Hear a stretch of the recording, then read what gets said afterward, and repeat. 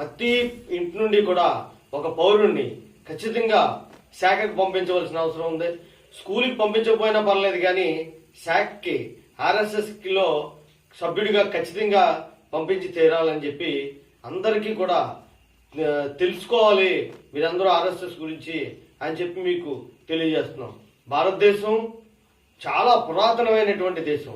దీంతో ఉద్భవించినటువంటి అనేక దేశాలు అలాగే అంతరించిపోయాయి. అయినప్పటికీ భారతదేశం అలాగే ఉందంటే ప్రపంచంలో అది ఒక్క మన సాంప్రదాయాలు, మన ఆచారాలు, మన హైందవ మతం అనే మీకు అందరికీ కూడా తెలుసు.